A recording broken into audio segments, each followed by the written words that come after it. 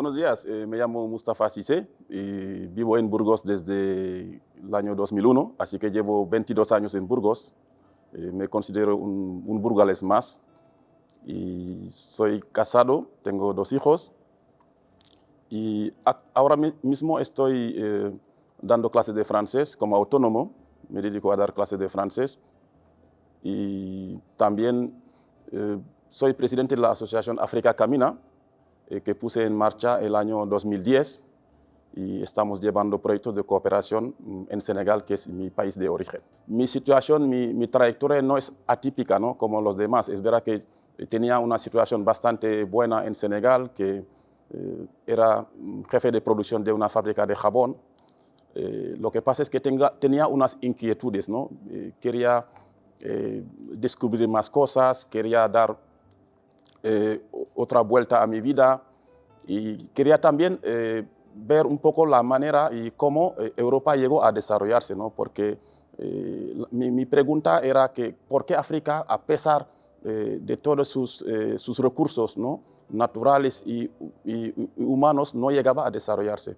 Ha sido muy difícil al principio, ¿no? Porque llegué aquí en Burgos y era 3 años, durante 3 años sin papeles, ¿no? Era para sobrevivir y ahí me di cuenta, ¿no?, de la dificultad de irse de tu país y de estar en un país donde realmente la primera barrera ha sido el idioma, porque en Senegal, como sabéis, el idioma oficial es el francés y efectivamente me enfrenté con el tema, hay que aprender el idioma. Y también me di cuenta también de una situación muy dura, que era el hecho que cuando emigras y te encuentras sin papeles, es como si no existes, no tienes ningún tipo de derecho. Y era sobrevivir durante 3 años y, como sabéis, hay una ley de extranjería que te exige que tienes que estar casi 3 años y luego poder optar a lo que llaman el arraigo social y poder regular esta situación. Entonces, han sido años muy difíciles, muy duros al principio de mi estancia aquí en España. Hablando de desigualdades, yo creo que se podría comentar ese tema en África como en Europa, ¿no? Lo que se refiere a la parte africana, la parte senegalesa, ¿no?, país de donde vengo, lo más impactante era yo, por ejemplo, cuando era pequeño, cuando íbamos al colegio, hay muchísima selección, ¿no?, a lo que se refiere en los estudios, ¿no? Es la escuela pública y lo más dramático, ¿no?, es que cuando acabáis el ciclo primario, en sexto de primaria, ahí hay una selección, es como lo que se llama aquí una oposición. Es decir, en aquellos tiempos el Estado tenía un número determinado de colegios, de institutos de secundaria. Entonces lo que se hacía era hacer como una oposición, es decir, según el número de plazas que hay en secundaria. Ahí entenderéis que efectivamente la mayoría de los niños con 12 años se quedan fuera. Es decir, para daros un ejemplo concreto, en mi aula, cuando hicimos el sexto de primaria, éramos 100 en el aula. Y básicamente 5 solamente pudieron seguir con los estudios. Es decir, que los 95 se quedaron fuera. Y esos niños, los 95, se quedan fuera del ciclo escolar.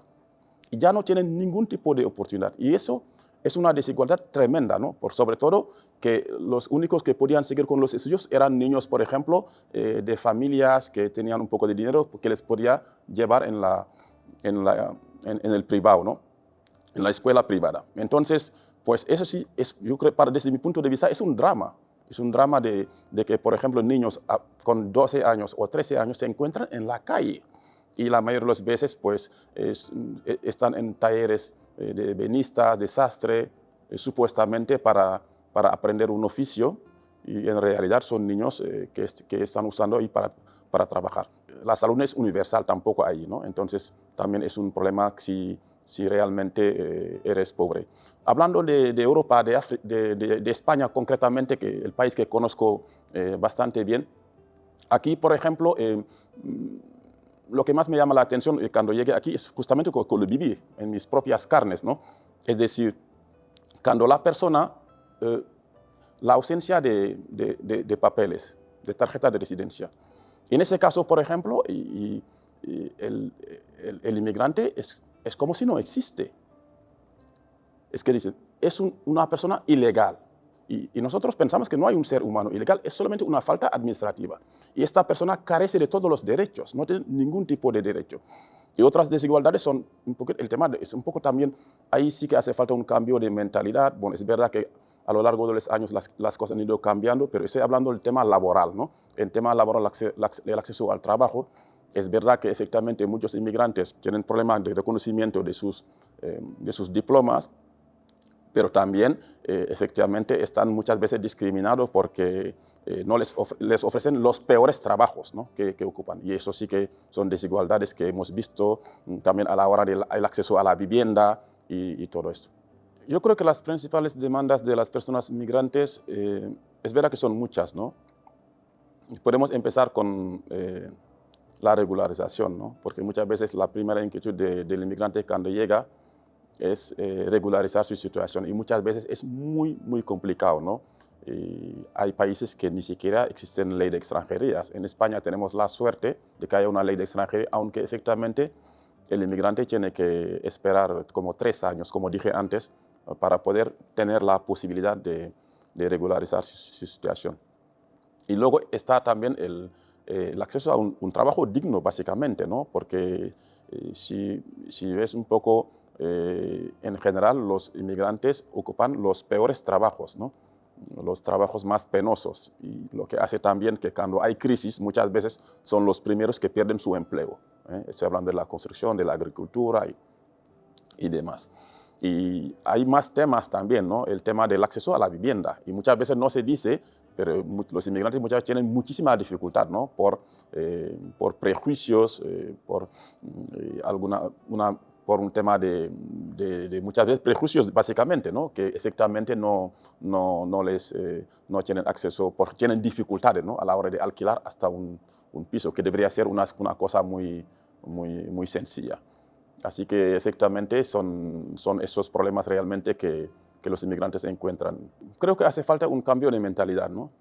Hace falta un cambio de mentalidad y también yo creo que tenemos que trabajar todos, ¿no? Los gobiernos, la sociedad civil, las ONG, las asociaciones, y hacer ver a todo el mundo, básicamente decir la verdad, decirles que la inmigración no es un problema, no es el problema.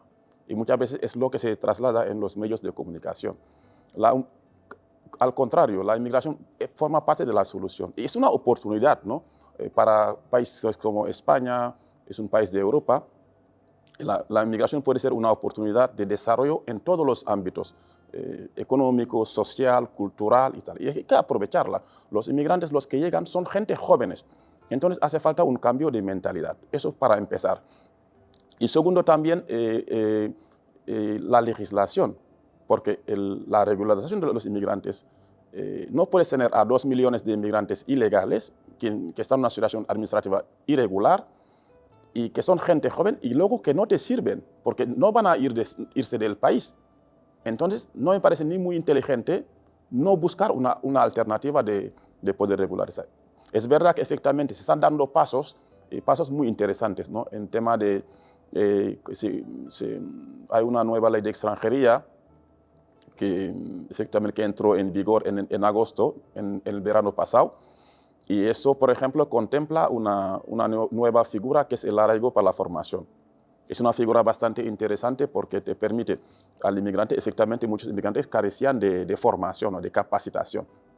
Hay una buena parte que carecían de capacitación, entonces es una buena oportunidad para que estos inmigrantes puedan tener un oficio y luego les podemos orientar hacia efectivamente las necesidades de este país, porque no hay que olvidar que España es un país que sufre el envejecimiento de la población, que sufre una baja natalidad, que estamos hablando de la España vaciada, y en todos estos ámbitos la inmigración puede aportar muchísimo, y también aprovechar para decir que también hay que firmar convenios con los países de origen, firmar convenios para, por ejemplo, el tema de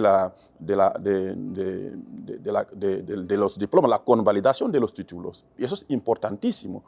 Es que estamos desaprovechando talentos, ¿no? Inmigrantes que están aquí, que están haciendo trabajos que realmente podrían hacer mucho más, podrían aportar mucho más a a este país. Yo creo que básicamente es ahí donde tienen que ir los tiros. Lo que quiero es que tengamos una sociedad muy abierta, una sociedad diversa, que la gente que sepan que hoy en día la diversidad no es un problema, la diversidad es un enriquecimiento, ¿no? en todos los ámbitos. Así que nada, y aprovechar la inmigración, que efectivamente son gente joven con ganas de trabajar y para construir todos juntos una sociedad mejor donde nadie está excluido, donde cabemos todos.